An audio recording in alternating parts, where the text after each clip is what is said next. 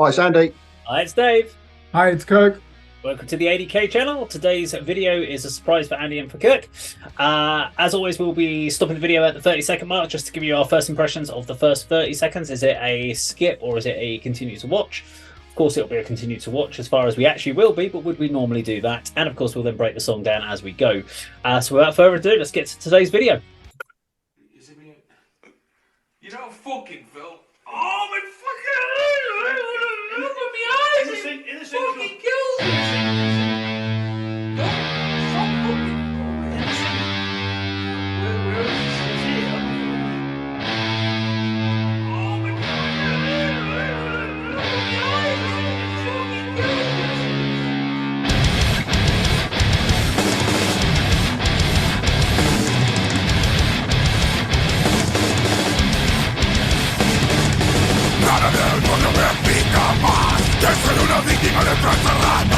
Sorry, I should have stopped it 8 seconds ago, but I was just getting into it. I was just vibing for some reason. Okay, so this is Mochado by Brujeria. Brujeria. Brujeria. Okay. Addy, first thoughts, first 30 seconds. Instantly recognised Shane Embry. We were talking about Napalm Death the other day when we done the Brutal Truth video. I know he's a contributor to this band. I don't know if he's ever a full-time member or whether he just guests and helped them out. I first thought when I saw him and sort of like the Doomy intro, it was going to be one of his side projects. I can't think of the name. Something about Dark Sky, most recent thing he's doing. But yeah, I'd carry on playing if I had the choice. I wouldn't skip it if I had the choice, should I say? So far, so good. Interesting. I think for me, the first 10-15 seconds makes me a little bit nervous when I first started listening to it. This Doom, wasn't it? Chatty bits. And then when it all kicked in, I was like, and even like the vocal sort of thing. It's not really my thing, but maybe it's hanging out with you two for you reprobates has actually made me appreciate that a little bit more. So, I'm interested. I'm intrigued enough to keep listening. Kirk? Yeah, that's the first time I've been called a reprobate since I don't think I've ever been called a reprobate, but it was so warm the way you said it. I would be interested, like Andy. I recognise Shane Embry. I wouldn't have guessed Brujeria until the title came up. And guess what I'm going to say? There is a Faith No More link here. Billy Gould of Faith No More was a founding member, along with Dino of Fear Factory. So this is just a revolving supergroup now, isn't it? Mm-hmm. And I know that Jeff Walker from Carcass even played with them live. So yeah, I'd want to listen to it just because of the personnel that have been involved and that are still involved with this band to this day. Okay, well, let's keep going.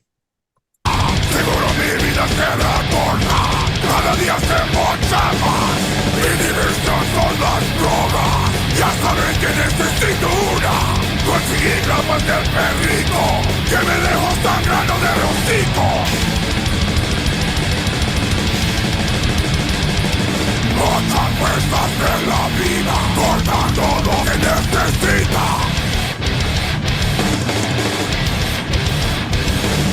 Nada del mundo me pica más que ser una víctima de tanta rata.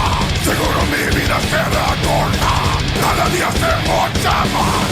Busco este puto solo rata, que me dio rocas de mierda. Trae la buena, reina buena. Quick question. That face at the bottom, that really does look like something off of like the Sepultura Roots album. I swear that thing was on like one of the videos or Ratamahata or some sort of stuff. It looks like one of these like slightly shrunken heads. It's kind of creepy looking, but I don't know what it is. It's kind of evil looking. The other thing I've noticed is it felt like the vocals were just like all the music is faster than the vocals, and the vocals are struggling to kind of fit in the gaps. He's trying to keep up with it all, but it's slightly not quite there.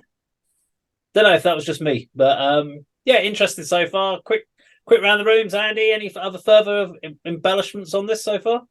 I'm not picking up what you just said about the vocals and the tempo of the music, but I am really enjoying the music. I love the aggression, the drums particularly, and the vocals as well. I'm just thinking to myself, I've not heard this band before. Obviously, I know of them, but this is not xenophobic in any way. But the fact that he's not singing in English is something I'd have to get used to. Does that make sense? I know a lot of people think. I know a lot of people think that. Well, how can you hear the music? The vocals and the lyrics when someone's using that death metal style singing in English and death metal and extreme metal? You can't hear what he's singing there, but you can to a certain degree. This is that, but obviously in Spanish. But okay, I'm enjoying it, and I will be. I think I will be sort of checking them out more. I just need to get my head around the fact that it's not singing in English. Yeah, which is It's an interesting one from your point of view, or for Kirk's point of view. Because Kirk, you say you tend to listen to or look at the lyrics and listen to the lyrics more than the music, whereas me and Andy tend to be more driven by the music straight away. So, what in this case, where they're not even singing in English, how does that impact you? Do you just like revert to musicality instead and just kind of go with the flow of the music if you can't work the lyrics out? Oh, I think there's a misunderstanding. I probably do pay more attention to the lyrics than a lot of listeners, but the music does come first, certainly with extreme metal. So I'm not put off that it's in Spanish anyway. But it's our job, isn't it, to give our opinion. So at this stage, the vocals are not doing it for me. It's almost like he's got a dry cough. So I appreciate grindcore is all about spontaneity and it's got to be rough and you don't want to polish anything in the studio. But it sounds like he's going to lose his voice during this song, and not for the right reasons, as if he's spilling his guts. Like when you listen to metallic hardcore, they sound like they're going to lose their voice because they're about to spit blood through the mouth. This one, surprisingly dry. You are right. He's struggling to keep up with the drums. The drums are excellent in the mix. The main criticism people have of grindcore is there's no thought gone into the guitars. That's because of the punk origins, and they're not, to me, not loud enough in the mix here either. So okay. I'm probably more critical than I expected at this stage of the song. Let's finish it off then.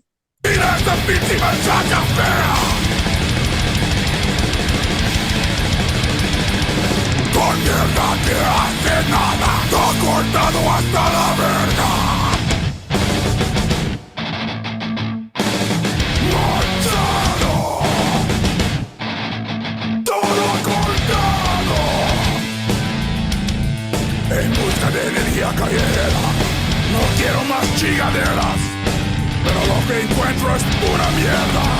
Me da bajón, me deja sin fuerza, están pisando mi medicina. Me roban las fuerzas, me dejan sin ganas, cortando mis vitaminas. Acabando mi tiempo contento, pasando todo el día casi muerto, porque todo lo bueno está mochado. Nada del mundo me pica más que ser una víctima de tanta rata.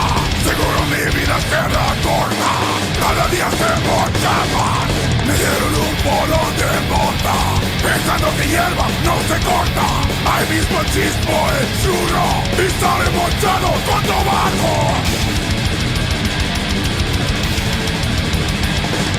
Mochan más mi energía, cortando el tiempo de mi alegría. No me haces hacerte brujería.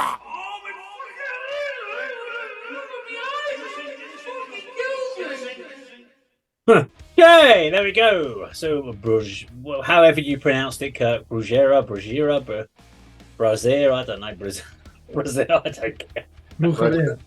Mochado. Anyway, let's go around the rooms and give our final thoughts on this particular track. Go for it, Andy. Agree with what you said, Kirk, in the last sort of session.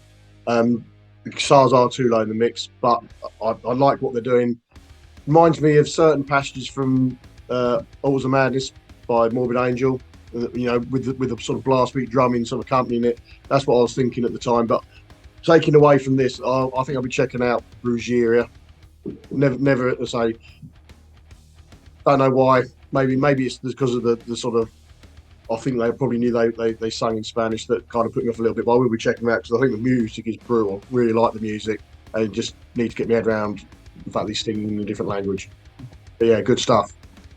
For me, overall, I actually enjoyed the track. I liked almost the mid-section part. We almost slowly broke down a little bit more. Got a bit more of a groove to it, so I thought that sounded great. Dynamics of the song was good. I did find though, considering it's a 3-minute song, I got into like the early 2 minutes, and I was like, this feels like it's now starting to drag. There's not really, it hasn't gone anywhere. It had that kind of midsection, and then it didn't really. It just kind of went back to that first riff, and I'm like, okay, I could have done with that going somewhere else to give me a bit more interest. Like going back to that first riff, I kind of started to lose it at that point. But overall, I enjoyed it. Vocally, I actually quite enjoyed it. It reminds me a little bit of Burtonsy Bell vocally. But he always sounds like he smoked about 50 a day, Burton. So yeah, this guy's got that kind of dry cough vocal style, which I don't actually mind too much. You get used to it. But yeah, I'm all right with that song. Kirk, to wrap us up.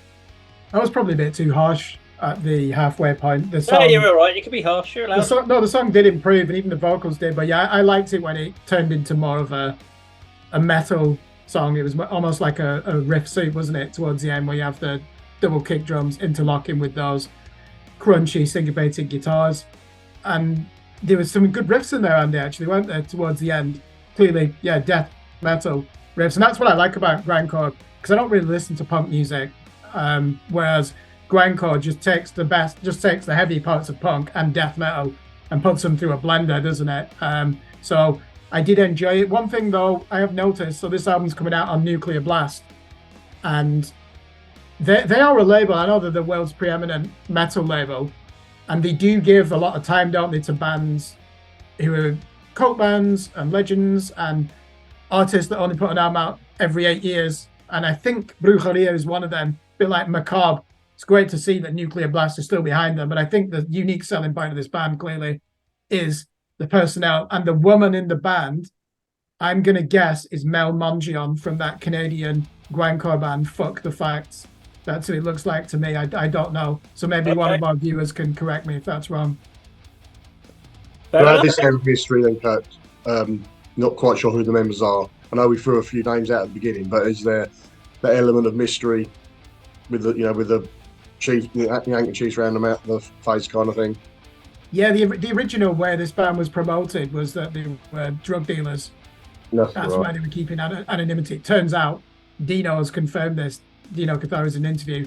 They had to do it because they didn't. The major label didn't want Billy Gould from Faith No More in another band at the time, so they didn't want it to be released that he was the bass player in the band. So they decided to be anonymous and to plug this interesting story that they're actually drug dealers are involved in organized crime.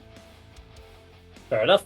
So I've seen a few bands like that coming out of sort of Brazil and Mexico and that sort of continental area. The metal bands. There's been a lot of these kind of face masks, or the face chief, whatever you want to call them. Anonymity sort of look. So yeah, interesting. Okay, there we go. Brujeria and Mochado. Now, if you like this video, please do like, share, and subscribe, and we'll see you on another video sometime very soon. Take care.